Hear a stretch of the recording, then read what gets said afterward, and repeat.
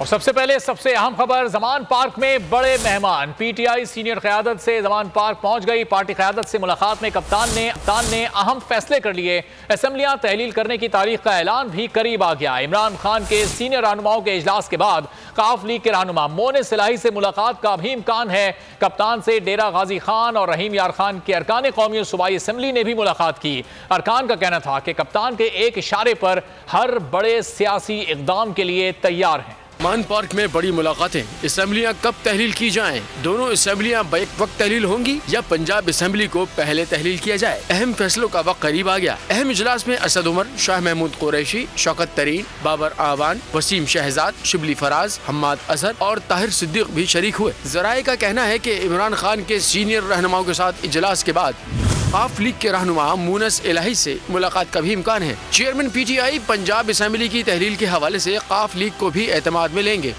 इससे कबल इमरान खान से डेरा गाजी खान और रहीम यार खान के अरकान कौमी असेंबली और सूबाई असेंबली ने मुलाकातें की। इजलास में उस्मान बुज़दार भी शरीक हुए। बाज़ अरकान का कहना था कि असेंबली तहलील होने की सूरत में वफाकी हुकूमत इंतखाबी अमल को इल्तवा का शिकार कर सकती है। इमरान खान ने अरकान को फैसले पर एतमाद में लिया। अगर आपको ये वीडियो पसंद आई है तो हमारे चैनल को सब्सक्राइब करें और बेल आइकॉन पर क्लिक करें।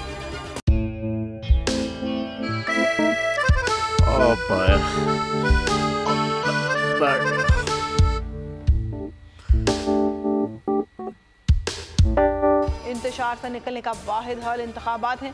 हकीकी आज़ादी मार्च आज रवा। हाँ, आयत के मुताबिक अगर आप उसको ये रिपोर्ट दे दें तो मैं आपको 3-4 सीटें दे दूंगा। मौलाना हाँ साहब, वो जो रिमोट हमें दे दे और वो जो नीली पीली चैनल है वो लगाए। जाओ शबाज। हम ऐसा टीवी देखते ही नहीं जिसका रिमोट हमारे हाथ में ना हो। और यहाँ पे कोई 2 नंबर ही नहीं चलेगी।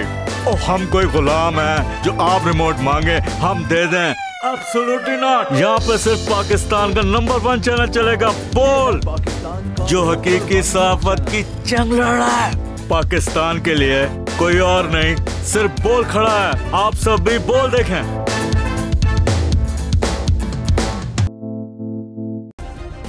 सब्सक्राइब करें और बेल दबाएं ताकि कोई खबर रह न जाए।